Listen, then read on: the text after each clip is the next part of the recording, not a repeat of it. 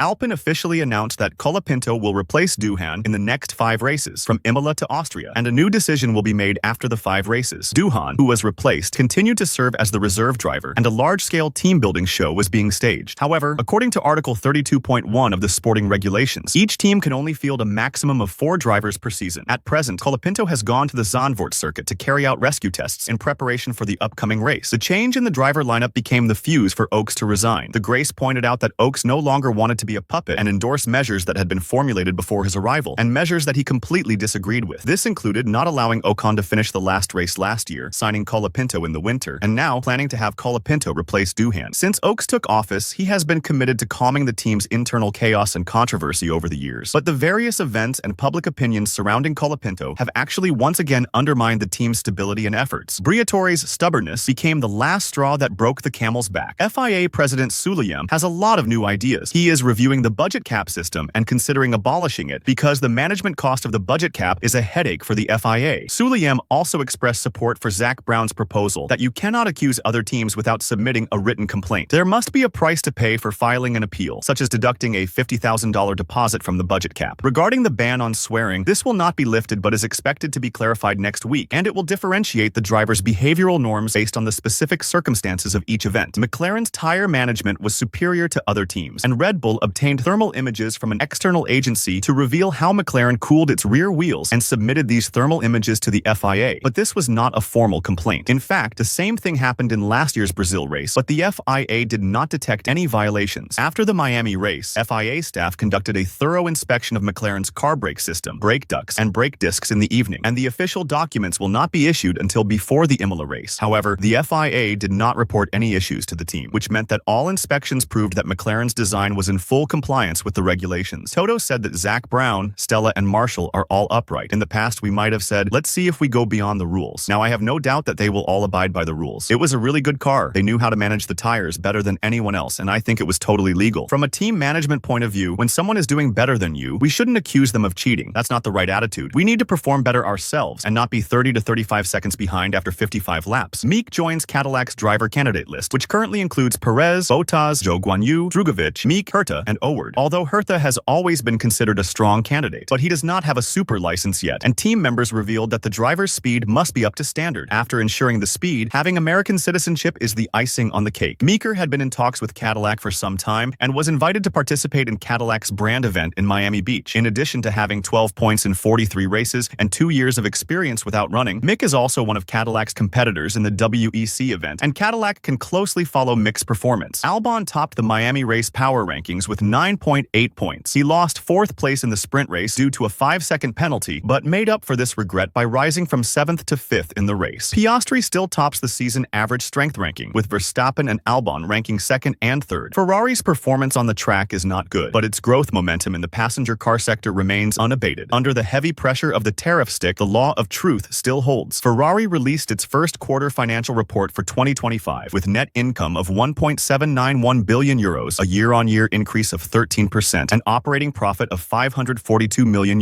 a year-on-year increase of 22.7%. The total delivery volume was 3,593 units, a year-on-year increase of 0.9%.